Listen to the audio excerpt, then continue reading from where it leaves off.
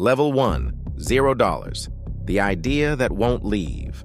You're sitting at a desk that isn't yours. Rented office space, shared kitchen, someone else's name on the lease. You've been reading about holding companies for 3 weeks straight. Not casually, obsessively. Berkshire, Koch Industries, Leucadia, names most people walk past without noticing. You understand the structure now. One company at the top, owns everything below it, collects cash from every direction, never sells, just holds. It's not a business. It's a machine designed to own businesses, and you want to build one. You have $4,000 in a checking account. No investors, no partners, no track record. Just the idea and the inability to let it go. You open your laptop and register an LLC. The name takes you 40 minutes to decide. The filing fee is $150. You pay it. That's the whole beginning. $150 and a name nobody has heard of yet. Level 2, $30,000, the first asset. You spend 6 months doing everything yourself. Bookkeeping, cold outreach, legal filings, website copy, everything. You find a small landscaping company. Owner is 61. No kids interested in taking it over. Wants out by end of year. Revenue, $280,000 annually. Profit, $60,000. Asking price, $180,000.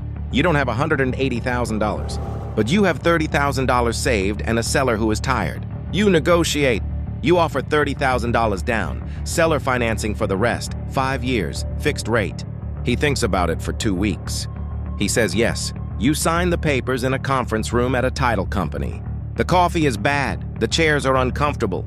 You sign 11 documents. On the drive home, you pull over because your hands won't stop shaking. Not from fear, from the weight of what just happened. You own something now, something real, something that generates cash while you sleep. The holding company has its first asset, and the structure suddenly feels less like a theory. Level 3, $150,000, the system. 14 months in, the landscaping company runs without you. You hired a general manager, documented every process, built a reporting dashboard you check every Monday morning. Cash flow, $200 a month into the holding company. You don't touch it. You let it stack. Then you find the second acquisition, a small HVAC company. Same story. Owner aging out. No succession plan, asking $320,000. This time you know the playbook. You bring the landscaping company's financials as proof of concept. You walk into the SBA loan meeting with a 1-page acquisition thesis. The loan officer has seen 100 deals. She hasn't seen someone your age walk in this prepared. The loan closes in 9 weeks. 2 companies now. 2 revenue streams feeding one entity at the top. You're not a business owner anymore. You're starting to look like something else entirely. Level 4, $500,000, the infrastructure. 2 years and 3 months in. 3 companies under the holding entity. Landscaping, HVAC, a small commercial cleaning operation you picked up for almost nothing. Distressed seller, clean books, loyal contracts. Combined revenue across the portfolio, $2.1 million. Cash flowing up to the holding company, $19,000 a month. You hire a CFO, part-time, expensive, worth every dollar. She builds a treasury system, proper accounting, intercompany loan structures, tax optimization across entities. For the first time, you understand how much money you were leaving on the table before she arrived. You also hire an attorney, not for anything wrong, for everything right. Contracts, non-competes, acquisition agreements, entity protection. The holding company now has a legal skeleton as strong as its financial one. You move into a real office. Small, quiet, 1 conference room. Your name on the door for the first time. It feels different than you expected. Not exciting. Serious. Like the weight of the thing finally became visible.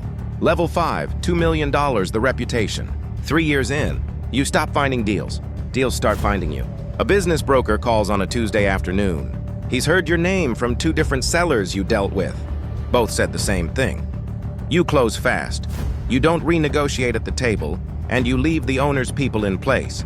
In a world full of buyers who strip and flip, that reputation is rare. He has a plumbing company. $900,000 asking. Owner wants to retire in 90 days. You close in 74. Then a staffing agency. Then a regional pest control operation. The portfolio crosses $6 million in combined revenue. You're fielding 3 to 4 inbound inquiries a month now. You can't do them all. You build a deal pipeline, score each opportunity, pass on most. The ones you say no to outnumber the ones you buy 10 to 1. And the discipline of saying no, That's when you realize you're not just building a company anymore. You're building a filter, and the filter is getting sharper every month. Level 6, $8 million the pressure. Year 4, 8 companies under the holding entity. 412 employees across the portfolio who don't know your name. They know their managers. Their managers know you exist somewhere above the structure. But to most of them, the holding company is invisible. That's by design.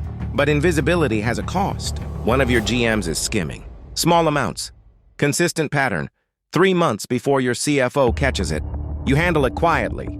Legal, documented, clean. But it shakes something in you. You trusted the system. The system almost missed it.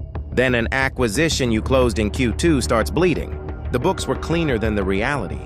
You overpaid by $200,000. Not catastrophic, but real. You stopped sleeping as well as you used to.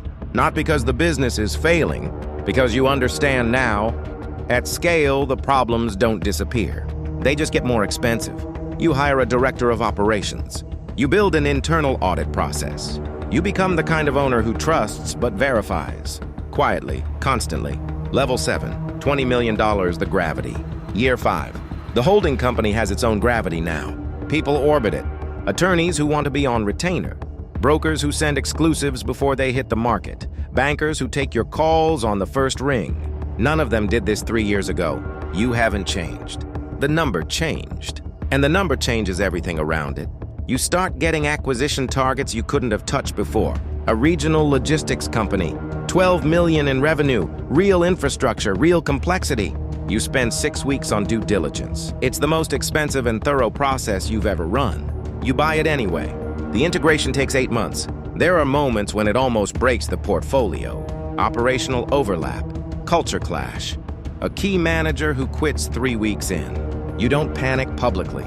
You fix it quietly and move forward. That's the job now. Not building, stabilizing, integrating, holding. The name finally makes complete sense. Level 8, $50 million the distance. 6 years in. You are no longer close to the businesses. You are above them. Monthly calls with each GM, quarterly reviews with the CFO, annual strategic sessions for each entity. You see the numbers before you see the people. That shift happened slowly. You didn't notice until it was complete. There are problems in the portfolio you hear about 2 weeks after they start.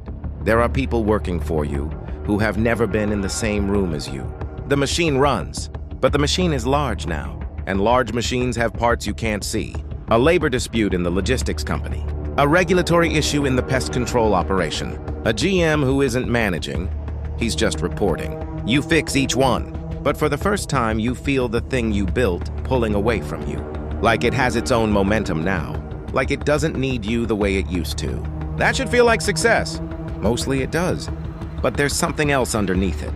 Something you don't name out loud. Level 9, $80 million the cost. 7 years. You missed things. You know the list. You don't need to write it down.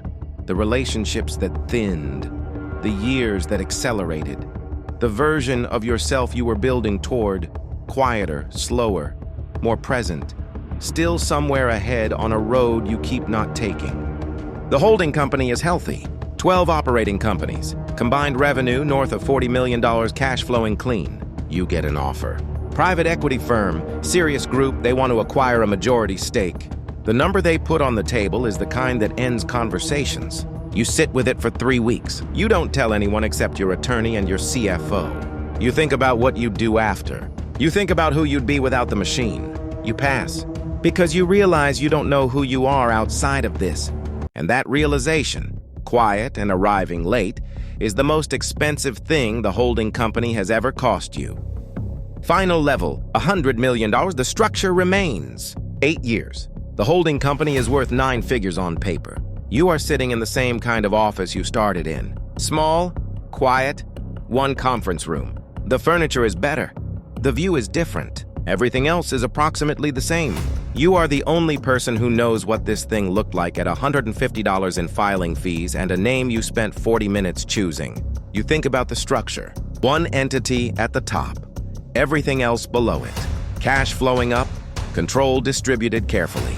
It works exactly the way you designed it. The machine doesn't care about your doubts, your fatigue, the years it absorbed. It just runs, and you realize This is what a holding company actually is. Not a business. Not an investment. A decision you made once that compounded into a life you now live inside of. You didn't build a company. You built a structure. And structures, unlike people, don't need rest. They don't need reassurance. They don't wonder if it was worth it. They just hold. That's always been the whole point. You just didn't know, at $150 and a name nobody had heard of, that it would end up holding you too.